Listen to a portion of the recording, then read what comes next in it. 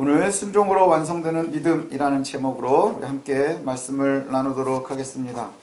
아브라함, 이삭 이야기가 나오기 시작을 하면요, 가장 유명한 이야기가 바로 아브라함이 이삭을 모리아산에 바치는 사건입니다.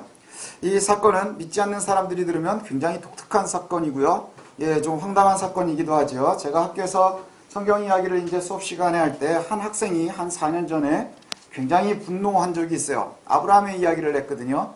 그래서 아브라함의 이야기를 했는데 모리아산의 사건, 그래서 이삭을 바침으로 하나님께 은혜를 입었다. 그때 이 친구가 이제 약간 오락가락 잠을 들었는지, 우리도 설교 시간에 졸면 큰일 나는 이유가 그거예요. 이 진짜로 죽었는지 안 죽었는지는 좀 헷갈렸나 봐요. 나중에 이제 발표 수업을 시켰더니 분노하는 거예요. 무슨 분노냐? 자식을 바치라는 하나님이 진짜 하나님이겠느냐? 이렇게 얘기하는 것이죠. 우리는 이제 웃기도 하지만 여기에서 마음이 편안하신 분들은 별로 없을 거예요. 이 설교를 대할 때, 또 이 부분을 대할 때 좀 불편하지 않나요? 좀 불편하죠. 특별히 이제 자녀들이 하나밖에 없으면 이거 바치면 큰일 나는데, 뭐 이런 생각 들지 않겠어요? 저도 둘이지만 하나는 아들이고 하나는 딸이라서 또 하나 바치면 안 되는데, 뭐 이런 생각이 듭니다. 과연 22장은 어떤 의미냐 하는 것이죠. 어떤 의미냐? 우리가 제목에서도 말씀드린 것처럼 순종으로 믿음이 완성되는 것입니다. 떠남으로 믿음이 시작이 되고요, 순종으로 완성이 되는 것이에요. 믿음이라고 하는 것, 우리가 하나님 앞에 나오지만 각자의 믿음의 수준이 다르고, 믿음의 의지가 다르고, 믿음의 스타일이 다르고, 다 각각의 하나님과의 관계를 가지고 있죠. 그 시작이 어디서부터 시작되나요? 어디서부터 시작인가요? 떠남에서부터요. 죄로부터 떠나고 옛사람으로부터 떠나고 싶어 하는 것, 하지만 순간순간 우리에게 유혹이 있지만 결국엔 하나님께서 원하시는 삶을 사는 것, 그리고 순종할 수 있는 것, 하나님의 말씀이라고 하면 우리가 주변을 보지 않고 여건을 보지 않고 순종할 수 있는 것, 이것이 믿음의 완성이지요. 그래서 믿음이라고 하는 것은 어디에서부터 오느냐? 우리가 하나님의 말씀을 좀 잘 알아야 돼요. 왜냐? 하나님 우리에게 악한 것 주시지 않는 분인 걸 알아야 돼요. 하나님은 선하시기 때문에. 하나님의 속성에 하나님은 선하시고요, 하나님은 불가능이 없으세요. 전능하시다. 아브라함에게 나타나는 하나님은 전능하신 하나님이에요. 그래서 불가능 속에서도 가능하게 하시는 분, 이것을 우리가 좀 잘 기억했으면 좋겠습니다. 아브라함이 굉장히 어렵게 아이를 낳았단 말이죠. 아브라함은 하나님께서 아들을 바치라고 하실 때 이제 바치려고 모리아로 올라갔어요. 근데 우리가 좀 고민해야 되는 것들이 있지요. 우리가 많은 설교에서 그런 이야기들 듣습니다. 삼일길을 가면서 얼마나 고통스러웠겠느냐, 또 하나님께서 바치라고 했을 때 얼마나 힘들었겠느냐, 뭐 여기에 굉장히 방점을 두다 보면 아브라함의 믿음이 굉장히 크다는 생각이 들어요. 그럼에도 불구하고 하나님께 아이를 바치려고 했다. 번제로. 어떤 분들은 이 번제를 보고 싶어 하지 않으세요? 그래서 어떻게도 해석하느냐? 드리는 걸 성직자로, 이렇게 해석하기도 하죠. 근데 분명히 여기에 번제로 드리라 이렇게 되어 있단 말이에요. 번제가 뭡니까? 불로 태워드리는 제사란 말이죠. 아주 잔인한 제사란 말이죠. 근데 우리가요, 한 가지 알아야 될 것이 있어요. 하나님은 선하신 분이에요. 지금 이 명령은 별로 선해 보이지 않아요. 그리고 하나님이 우리에게 당신이 하기 싫은 일을 우리에게 피를 묻히게 하고 싶어 하시겠느냐 하는 것이죠. 우리가 전체적으로 좀 볼 필요가 있는 것이죠. 아브라함이 하나님께서 아들을 바치라 했을 때 막 힘들어하고 괴로워한 모습은 사실 우리 인간적으로 보면 그 중간중간에서 보여지고 느껴지는 것 같지만 성경에선 전혀 얘기를 하지 않아요. 성경은 오늘 우리가 22장 1절부터 쭉 읽어봤지만 이삭을 바치는 아브라함의 행동이요, 너무나 단호해 보이지 않습니까? 너무나 단호해요. 하나님이 내 아들을 바치라, 모리아산에서 번제로 바치라 했는데 아브라함이 아침에 일찍 일어났답니다. 아침에 일찍 일어났대요. 여러분, 애들이 아침에 일찍 일어나는 날이 언제인 줄 아세요? 소풍 가는 날이에요. 그 다음에 학교 안 가는 날이에요. 그럼 아침부터 일어나서 난리죠. 그런데 학교 가야 되는 날은 깨워도 안 일어나요. 심지어 숙제도 안 해놨다? 절대로 죽은 척합니다. 안 일어나요. 여기 아빠들도 언제가 아침에 일어나기가 제일 힘들었어요? 군대 갔다 와서 척추가 복귀하는 날. 그날은 저주받은 날 같아요. 절대로 일찍 일어나지 않습니다. 성경에 일찍이 일어났다고 하는 것은요, 거침이 없었다는 이야기예요. 모리아산으로 떠나야 되는 아브라함이요, 거침이 없었어요. 아침에 일찍 일어났어요. 그리고 종 2명을 데리고 그리고 나서 아들을 데리고 번제에 쓸 나무와 다 준비해서 갑니다. 얼마나 갔다고 나오나요? 사흘길을 갔다 이렇게 나와요. 사흘길을 가는 동안에 무슨 일이 있었는지가 아무 얘기도 나오지 않아요. 뭘까요? 열심히 간 거예요. 사흘길을 열심히 간 거예요. 이와 비슷한 얘기가 언제 나오느냐? 아브라함이 하나님의 음성을 듣고 가나안을 향해 출발할 때 음성을 듣고 출발하고 가나안에 도착했다 이렇게 나온단 말이죠. 그 중간에 거침이 없었음을 우리가 알 수 있어요. 오늘 본문에도 나오는 것처럼 출발하는데 3일 동안 도망도 가고 딴 데도 가고 이러다 3일이 걸린 게 아니에요. 멀어서 3일이 걸렸어요. 그래서 아침에 일찍 일어나 3일 길을 열심히 가서 그리고 모리아산에 내립니다. 그리고는 종들은 밑에다 두고 이삭과 둘만 올라가는 거예요. 짐이 많으니 이삭이 이제 무거운 걸 들고 자기는 칼과 불을 들고 누가 그러더라고요. 이삭이 도망가면 잡으려고 칼과 불을 들었다. 예, 성경에 얘기하지 않는 거는 안 보는 게 좋은 것 같아요. 올라갑니다. 올라가는데 중간에 아들이 물어보죠. 이삭이 나무도 있고 불도 있고 다 준비되어 있는데 번제해 드릴 양이 어디 있습니까? 그때 아브라함이 뭐라 그럴까요? 예, 답이 나와 있거든요. 성경에 뭐라 그랬나요? 하나님 준비하실 거야. 이것도 우리가 고민하는 거죠. 얼마나 아브라함이 마음이 힘들었을까? 그렇죠? 근데 여기에도 보면 아브라함이 얘기하는데 근심하며 이런 표현이 없어요. 성경은 분명히 근심할 때 근심한다고 표현을 하거든요. 근데 아브라함이 뭐라고 대답하나요? 이삭이 아버지에게 물으니까 아버지여 하나님 얘기하라. 불가나무는 있는데 어떻게 합니까? 아브라함이 이르되 내 아들아. 이거 만약에 막 근심하면서 대답한다고 하면 미치고 팔짝 뛸 일인 거예요. 눈물이 줄줄줄줄 나지 않겠어요? 우리 교회도 잘 우시는 집사님들 계시는데 아마 그 상황 하라 그러면 울다가 눈이 튀어나올 만큼 뿔을 만큼 울어야 될 거예요. 올라가다 말고 부둥켜 안고 울고 뭐 이래야 되지 않겠어요? 그런데 그러한 이야기가 없어요.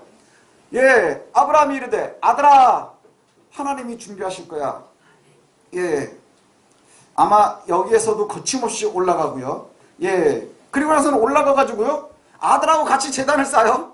제단을 쌓는다는 게 뭐죠? 돌들 주워다가 모아놓는 거예요. 아들하고 또 아버지하고 열심히 쌓아요. 그리고는 뭘 해요? 또 쭉 나무도 깔아요. 번제를 해야 되니까. 번제도 해야 되는데 나무도 깔아요. 그래놓고 하는 게 뭐예요? 아들을 묶어요.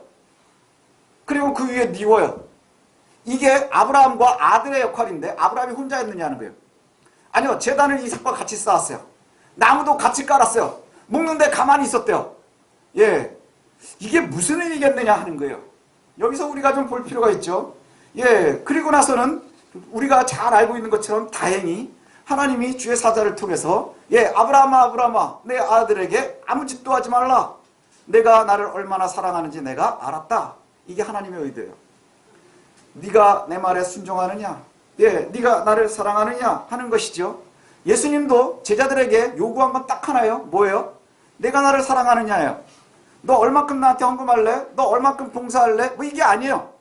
주님께서 하나님께서 우리에게 요구하시는 게 뭔가요? 너 나를 사랑하니에요. 너 나를 사랑하니?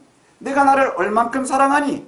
이거보다 나를 사랑하니? 너 돈보다 나를 사랑하니? 네 직장보다 나를 사랑하니? 네 자녀보다 나를 사랑하니? 그 어떠한 것도 나보다 우선돼선 안 된다고 하는 것이죠. 왜 그럴까요? 하나님이 막 질투가 많아서 그런가요? 나는 질투하는 하나님이야 이렇게 소개도 하세요. 왜 그럴까요? 그게 내가 다 준 거니까. 그게 나로부터 오는 거예요. 그렇지 않나요? 하나님께서 주시는 걸 가지고 우리가 관리해가면서 살아가는 사람들이지 소유권이 나에게 있는 게 아닌 거예요. 그것이 오는 것이 하나님께로부터 온다는 것이죠. 오늘 본문에 우리에게 말씀하시는 것이 은혜예요. 그래서 하나님이 살려주시고 그리고는 순양을 잡아서 그리고는 번제하고 다시 내려옵니다. 그리고 나서 이 사건 후에 아브라함을 다시금 부르세요. 그리고 약속을 주세요. 그 약속이 오늘 우리 세훈이가 읽은 부분이에요. 우리 쉬운 성경으로 다시 제가 읽어드리면 내가 분명히 너에게 복을 주고 또 많은 자손을 줄 것이다. 내 자손은 하늘의 별처럼 바닷가의 모래처럼 많게 될 것이며 내 자손은 원수의 성들을 정복하게 될 것이다. 내가 나에게 복종하였으므로 내 자손을 통해 땅 위의 모든 나라들이 복을 받을 것이다. 아멘. 우리가요 하나님의 은혜도요 처음부터 끝까지 다 받아야 되는 거예요. 왠지 아세요? 애가 많기만 한 게 좋은 건가요? 아니요. 그 아이가 하나님께서 키워주시는 거예요. 그래서 하늘의 별처럼 바닷가의 모래처럼 많아지고, 그렇지만 이 아이들이요 세상을 정복해 나아가는 거예요. 여기서 정복이라는 게 뭘까요? 다 죽여버리는 거예요? 아니요. 세상을 다 정복할 것인데 그 정복의 의미가 내 자손을 통해서 세상의 모든 땅의 나라가 복을 받아야 되는 거예요. 아멘. 그리스도인들의 복이 뭔가요? 주변에 있는 사람들을 다 때려잡는 게 복인가요? 아니에요. 하나님이 우리에게 허락해 주시는 복은요, 우리를 통해서 이웃의 많은 사람들이 하나님의 은혜로 정복당해야 하는 거예요. 정복이 다 죽이는 게 아니고요, 하나님의 은혜로 다 같이 살릴 수 있는 자들인 거예요. 하나님께서 우리에게 복을 주는 게 다른 사람보다 더 많은 돈을 주는 게 아니라 내가 가지고 있는 복의 은혜로 내가 하나님께서 허락해 주신 만큼으로 내가 함께 더불어 하나님의 나라를 넓혀가는 거예요. 그래야 하나님의 나라가 넓어지겠죠. 돈을 더 사랑하면 이것이 불가능해지는 거예요. 자녀를 더 사랑하면 이것이 불가능해지는 거예요. 하나님이 우리에게 그것을 요구하시는 이유는 우리를 통해서 하나님이 주신 우리의 자녀로, 우리의 모든 복으로 세상을 이롭게 하는 거예요. 예, 세상을, 땅에 있는 모든 나라들이 복을 받게 하는 거예요. 왜요? 아브라함을 처음에 부를 때 하나님이 뭐라 했어요? 내가 너희가 복이 되게 하겠다. 세상에 복이 되게 하겠다. 만약에 그리스도인들이 세상에 복이 되지 못하면 지금처럼 찌질해지는 거예요. 엄청나게 찌질해지는 거예요. 손가락질 당하면서도 아무 말도 못하는 거예요. 왜 그럴까요? 정복의 의미를 모르니까, 하나님의 속성을 모르니까. 예, 이 이후에 하나님께서 약속을 주셨거든요. 예, 그래서 이 약속이 완성이 된단 말이죠. 예, 출발했었던 은혜가 지금 순종으로 완성이 되는 거예요. 너무너무 유명해요. 그렇지만 우리는 자꾸 뭘 생각하느냐? 내 입장에서만 생각하는 것이죠. 내 입장에서. 사실은 우리가 이 얘기를 이렇게 설명을 듣고 나도요, 여전히 풀리지 않는 의문이 있어요. 그래도 그렇지, 아빠가 어떻게 해요? 그쵸? 예. 아빠가 갑자기 날 번제드릴 거라고 하면 현성이가 날 가만두겠어요? 예? 제가 힘이 저보다 이제 훨씬 세거든요. 이제는 우리 딸도 나보다 힘이 세려고 그러는데, 예, 이게 가능할까요? 예, 세훈아, 너는 밥을 많이 먹어야 돼. 예, 경훈이도 그렇고, 예, 다 그렇단 말이죠. 우리가 이 의문에 대한 답을 어디서 찾느냐 하면 일반적으로 히브리서 11장에 믿음장이라고 하는 것을 찾습니다. 거기에 보면 아브라함은 믿음으로 하나님께서 이삭을 다시 살리실 것에 대해서 믿었다, 이렇게 얘기를 해요. 근데 사실 따지고 보면요, 히브리서 기자가 쓴 시기나 우리가 읽고 있는 시기나 뭐 정보는 비슷해요. 히브리 기자가 무슨 막 이랬던 게 아니고요, 창세기를 읽고, 예, 그렇죠. 그 다음에 하나님의 속성을 알아서 그렇게 이해를 한 것이라는 거죠. 예, 실제로 한 2000년 정도의 사이가 날 거고, 훗날 훗날 히브리 기자가 그 믿음을 증명하지만, 예, 정보의 양은 우리하고 좀 비슷한 것 같아요. 예, 믿음이 옳지요. 믿음이 옳습니다. 믿음은 하나님의 선물입니다. 믿음이 없이는 아무것도 시작할 수 없어요. 아브라함은 믿음의 시작으로 떠남을 선택을 했습니다. 우리도 떠나서 하나님이 원하시는 길을 시작을 한 것이죠. 근데 완성은 어디에 있느냐? 순종에 있다고 하는 거예요. 하나님의 선물, 믿음이 마술처럼 지어지는 게 아니더라는 것이죠. 여러분들도 처음에 하나님께서 불러주셨어요. 예, 너무나 큰 은혜죠. 내가 아무것도 아닌데 하나님이 불러주셨어요. 성경에 부른 사람들을 보면요, 찌질하기가 그지없어요. 다윗 어마어마할 것 같지만 별 볼 일 없어요. 아빠가 생각하기에도 깜이 아닌 애였어요. 그렇죠? 형들은 다 보여주면서 사무엘한테 다윗은 안 보여주려고 그랬어요. 왜 안 보여주는 줄 아세요? 양쳐야 되니까. 예, 뭐랑 되게 비슷한 건 줄 아세요? 제가 수업 시간에 학생들한테도 가끔 얘기하는데, 예, 제가 막 가가지고, 야, 오늘 내가 기름을 부으면 네 자녀들 중에 왕이 될 거야. 그랬는데, 예, 다 보여주고 막내를 안 보여주는 거예요. 왜 안 보여주냐? 그랬더니 얘는 아르바이트 해야 되는데요. 이거하고 다를 바가 없는 거예요. 예, 그렇지 않나요? 그런데 그 사람들 그렇게 찌질해 보여요. 예, 성경에 보면 실수를 안 한 사람들이 하나도 없어요. 가장 완벽해 보이는 사무엘마저도요. 사무엘은, 예, 뭘 실패했나요? 자녀 교육을 실패했어요. 예, 그죠? 왜 왕을 세웠나요? 사람들이 사무엘을 신뢰하는데 당신 자녀들은 내가 못 믿겠습니다. 예, 그래서 왕을 요구하죠. 왕을 요구하게 된 게 사무엘 때문이기도 합니다. 야고보서에도 이렇게 이야기를 합니다. 우리의 믿음과 경건은 철저한 순종에서 나오는 것이죠. 그리고 경건은 생활과 떨어질 수 없는 것입니다. 우리에게 야고보 기자는 끊임없이 뭘 얘기하느냐? 내 믿음을 행위로 증명하라. 그 행위가 뭔가요? 우리가 행위로 증명할 수 있을 때 그것을 순종이라고 합니다. 하나님이 요구하시는 대로, 하나님이 명령하시는 대로 가는 것, 이것이 바로 명령에 복종하는 것, 순종하는 것이지요. 믿음과 순종의 간극이 벌어지는 순간에 우리가 주님 믿습니다, 내가 하나님을 신뢰합니다 라고 얘기하고 그렇게 건강한 척 살아가고 경건한 모습으로 살아가는데 우리의 삶에 순종이 없다면 우리는 21세기형 바리새인으로 살아가는 거예요. 예수님이 그렇게 손가락질하고 그렇게 미워한 바리새인의 특징은 뭔가요? 말로는 겁나지만 겁나게 경건한데 사람들이 속은 썩어있는 회칠한 무덤과 같다 이렇게 표현하셨어요. 우리들이 21세기형 회칠한 무덤이 아니었으면 좋겠습니다.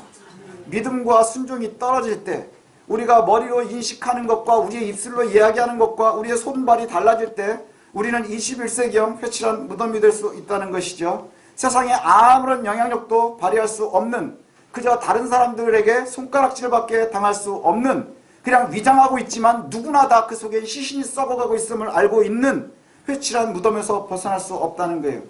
예, 그렇다면 우리가 어떻게 해야 이렇게 힘든데 과연 아브라함과 같은 믿음은 어디에서부터 오는 걸까? 우리는 다 떠났어요, 이미 아브라함처럼. 그죠? 예, 여정을 시작을 했단 말이죠. 근데 우리가요, 한 가지 은혜가 되는 게 있어요. 이 아브라함의 오늘 22장의 사건은요, 믿음의 완성이라고 보셔야 돼요. 순종할 수 있는 것. 우리가 목표로 둬야 되는 삶인 거예요. 우리가 목표로 둬야 되는 삶. 그럼 그 삶을 가기까지의 모습을 갖다가 우리가 살필 필요가 있는데, 제가 되게 은혜가 되는 게 뭔지 아세요? 22장 1절에 보면 제일 먼저 나오는 말이 그 일 후에예요. 아브라함이 어느 날 있는데 하나님이 갑자기 시험을 하려고 아브라함을 부른 게 아니고요. 그 일 후에 이렇게 표현이 되어 있어요. 그 일 후에. 그 일들이 뭘까 하는 거예요. 그 일이 어떤 일인가요? 예, 아브라함을 가나안으로 초청하신 후에, 그죠? 하나님께서 우리를 초청하셔서 아브라함이 가나안을 떠났단 말이죠. 그리고 수많은 일들이 있은 후에, 그 일 후에 하나님이 테스트하고 완성하시는 거예요. 아브라함이 가나안을 향해서 출발하고 가나안에 들어온 다음에 어떤 일들이 있었나요? 가나안에 왔지만 여전히 힘들었어요. 우리들의 삶도 여전히 힘들죠. 심지어는 하나님께서 약속하신 땅에 갔는데 흉년이 들어서 제일 먼저 한 게 애굽으로 향한 거죠. 그리고 조카 롯과 헤어지고, 하나님의 약속은 현실과 너무 머니까 자신의 방식으로 해결하려고 많이 노력하죠. 이게 아브라함만의 일이 아니라 우리들의 일이에요. 우리가 예수를 믿어서 출발은 했는데 삶이 녹록하지 않다는 것이죠. 아마 아브라함도 떠나면 바로 자녀가 생기고 좋은 일들이 생긴다고 생각하지 않았겠어요? 근데 사는 게 다 똑같더라는 거예요. 늘 힘들고 어렵고 애는 생기지 않고, 그래서 내가 나름대로 해석을 하려고 할 때마다, 길을 찾으려고 할 때마다 하나님은 아니라고 자꾸 얘기하시는 거예요. 그러다가 마지막에 말도 안 되는데 자꾸 자유를 주시겠다 그래서 비웃었단 말이죠. 그 비웃었음에도 불구하고 하나님께서 또 은혜를 주셔요. 모든 일이 있은 후에 아브라함과 사라가 비웃음에도 불구하고 하나님께서는 말씀하신 대로 보호하시고 행동하신 후에, 이런 의미예요. 그렇게 모든 것을 다 한 후에. 그러면 그때로 끝나느냐? 그래서 이삭을 받았죠. 근데 이삭을 낳은 후에 이삭을 바칠 때까지의 사건이 또 나와요. 이삭을 바칠 때까지의 사건이 또 나오는데 뭐냐? 집안이 난리가 난 거예요. 애가 없던 집에 애가 둘이 되면서 이스마엘과 이삭이 있으면서 난리가 납니다. 그래가지고 사라가 애를 늦게 낳더니 뭐라 그래요? 하갈하고 이스마엘 쫓아내라 막 요구한단 말이죠. 그래도 아들인데 쫓아낼 수 있나? 그래서 아브라함이 막 고민하니까 하나님이 정리해 주세요. 내보내라, 내가 책임질게. 그래서 나가가지고 한 민족을 이루죠. 그게 바로 누구죠? 이스마엘이에요. 아랍의 후손, 아랍의 조상이 되지요. 또 그 일 이후에도 또 어떤 일들이 벌어지느냐? 아비멜렉이 와요.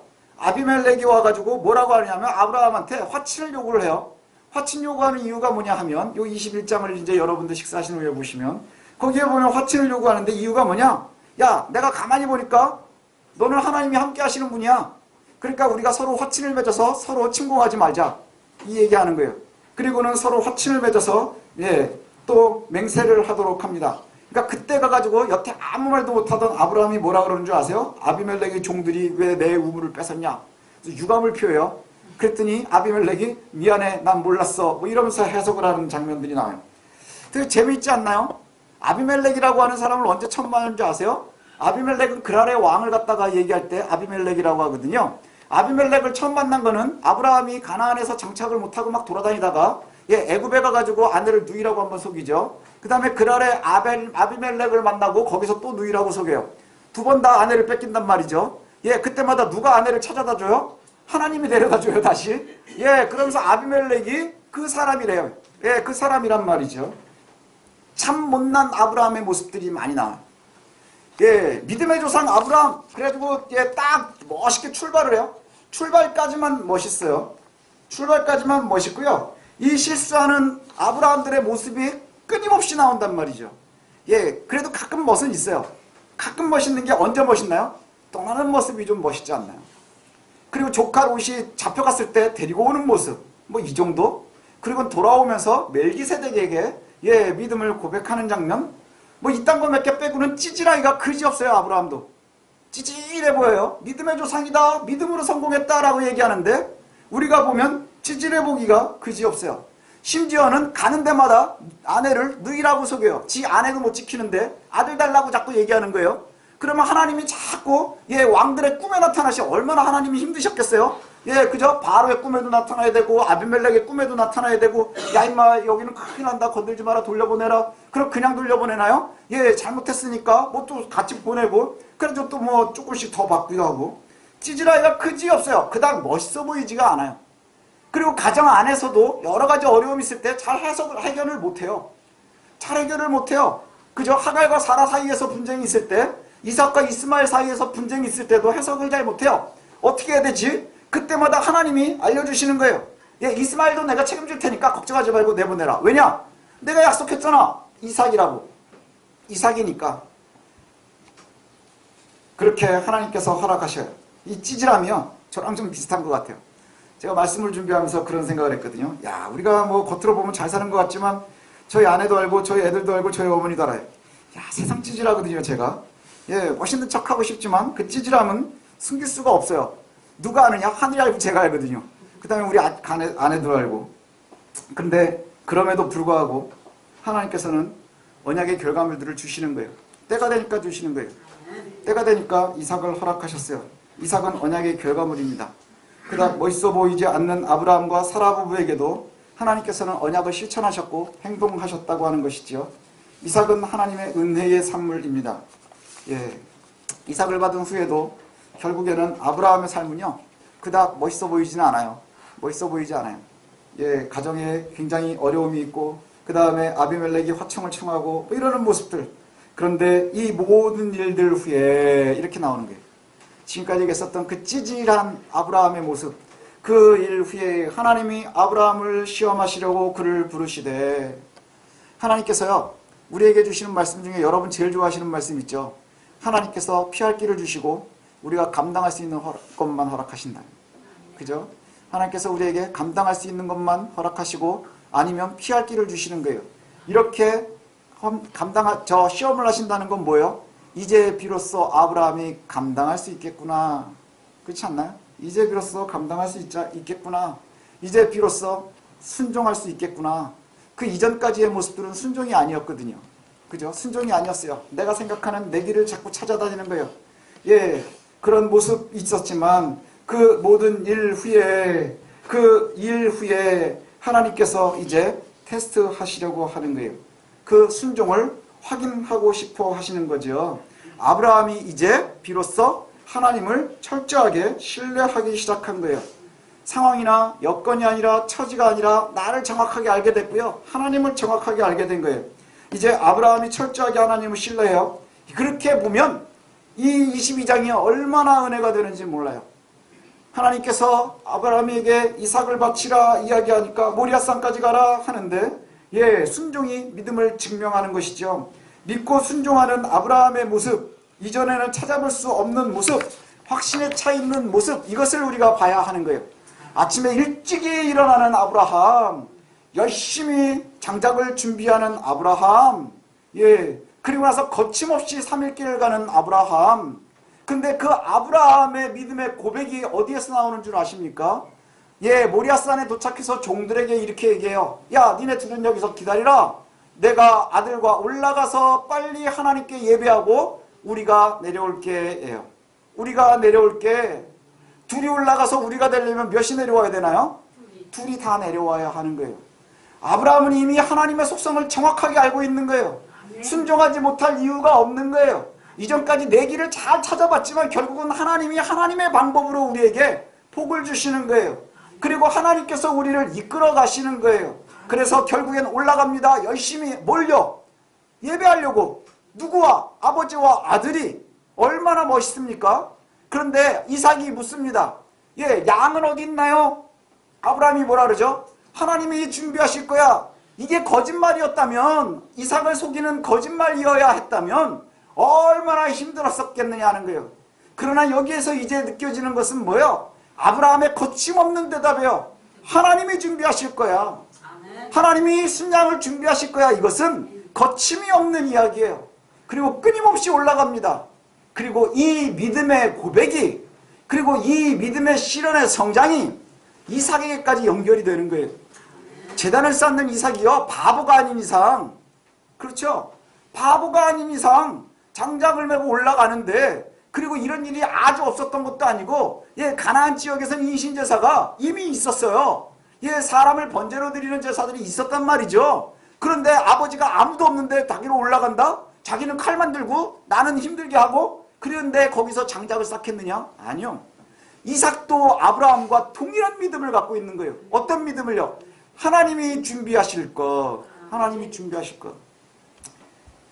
순종은 의심하지 않을 때 완성이 됩니다. 순종으로 믿음이 완성이 됩니다. 하나님께서 원하시는 삶을 산다는 것은 우리가 하나님을 잘 알아야 살아갈 수 있는 거예요. 하나님께서 우리보다 더 잘하신다. 우리는 매일매일 입으로는 이야기하지만 알긴 뭘 알아. 왜요? 알긴 뭘 알아 하는 순간에 그 결과물이 이스마엘이 되는 거예요. 그 결과물이 그랄로 가서 아내를 누이라고 속여야 하는 거예요. 그 결과물이 애굽으로 피했다가 아내를 누이라고 속여야 하는 거예요. 내 가정도 지키지 못하면서 자꾸 우리는 합리적이라고 얘기하고 싶어 하는 거예요. 이것이 아브라함의 모습입니다. 그러나 아들을 바치라고 하는, 그 어렵게 얻은 아들을 바치라고 하는 그 앞에서는 볼 수 없는 단호함이 있어요. 예, 이전에 도망다니고 아내를 누이라고 속이는 그 아브라함에게선 볼 수 없는 단호함이 있어요. 순종의 단호함이 있는 거예요. 무엇 때문에? 믿음의 완성이에요. 이삭은 언약의 아들이고 하나님께서 원하시는 그대로 행합니다. 그리고 이삭도 그와 같이 순종의 아이콘이 되는 거예요. 예, 아버지와 아들이 동일한 곳에서 동일한 믿음의 모습으로 살아가는 것이지요. 여러분, 애들 위해서요, 학원 열심히 보내는 것 중요하죠. 하지만 신앙교육을 잘 시켜야 되는 이유가 바로 그것이에요. 예, 나의 믿음을 본을 보이고 함께 보이고 하는 거예요. 이삭은 뭘 봤을까요? 뭘 봤을까요? 이삭이 태어난 다음에 나오는 사건이 21장의 사건이거든요. 두 번. 형 이스마엘 쫓겨나는 것. 예, 하갈하고 이스마엘 쫓겨나는 것. 아비멜렉이 와가지고 뭐라 그래요? 예, 내가 하나님과 함께 있는 걸 아니까 우리 화친을 맺자 하는 것. 두 가지 사건이 나온단 말이죠. 이 두 가지 사건을 이삭이 볼 때 무슨 생각이 들었을까요? 이스마엘이 나중에요, 이삭과 함께 아브라함을 장사하거든요. 그리고 이스마엘과 끊임없이 교류가 됐다는 이야기예요. 그러면 이스마엘 형 왜 쫓겨났어? 그럼 뭐라고 대답을 했을까요? 너는 하나님의 언약의 결과물이야. 그럼 이전에 나왔었던 이야기를 하지 않았겠어요? 아브라함은 끊임없이 그 얘기를 했을 거예요. 내가 하나님을 믿고 떠났는데 내가 실수하고 이러이러한 일이 있어서 니네 형도 나왔었고 이런 일도 있었고 내가 여기 가서 니네 엄마를 속이기도 하고 니네 엄마를 누이라고 속이기도 하고 했었는데, 그런데 하나님이 여기까지 이끌어 주셔서 아브라함의 결과물은 뭐예요? 아비멜렉이 와서 화친을 맺는 데까지예요. 그리고 이삭과 아브라함은 동일하게 순종의 사람으로 거듭나는 거예요. 믿음의 완성이지요. 그리고 나서 하나님의 언약이 이제 완성이 되는 거예요. 뭐예요? 내가 복이 되는 거예요. 내 자녀가 바다의 모래와 같이 하늘의 별과 같이 많아질 것이고, 그리고 이웃의 성들을 다 정복해 갈 거야. 근데 세상이 얘기하는 정복과 정복의 종류가 달라요. 세상이 얘기하는 정복은 뭐예요? 다 죽이고 내가 사는 것이지만 하나님이 요구하시는 정복은 뭐예요? 다 살려내는 거예요. 내가 복이 될 것이라는 거죠. 이 믿음의 고백이 우리에게도 있기를 원합니다. 이삭을 주신 분이 하나님이고 이삭을 요구하시는 분도 하나님인 거예요. 그리고 그것을 순종하는 것, 아브라함과 이삭이 동일하게 같이 순종하는 거예요. 이삭을 위해서 행동하신 분이 하나님이고요, 지키시는 분도 하나님이세요. 여러분 잊지 마십시오. 믿음은 순종으로 완성되는 거예요. 순종이 없는 믿음은 아직 아닌 거예요. 때로 우리가 철저하게 순종하지 못할 때 아브라함을 바라보면서 하나님 앞에 우리가 엎드렸으면 좋겠습니다. 나에게도 약속을 지키시는 하나님, 나를 지키시는 하나님, 내가 가끔 의심하고 찌질하게 굴어도 하나님은 사라에게 하신 것처럼, 우리 지난주에 그렇게 읽었잖아요. 예, 사라에게 말씀하신 대로 행하시는 거예요. 말씀하신 대로 이루시는 거예요. 그게 하나님이세요. 변하지 않으세요. 아브라함의 하나님, 이삭의 하나님, 야곱의 하나님, 그렇게 고백해서 야곱 때에 끝나는 하나님이 아니라 지금 저와 여러분의 하나님이세요. 그 하나님의 속성이 바뀌지 않았다는 것이죠. 이제 우리가 이삭을 담대하게 데리고 모리아산으로 가는 그 아브라함의 믿음의 순종이 우리들에게도 있었으면 좋겠어요.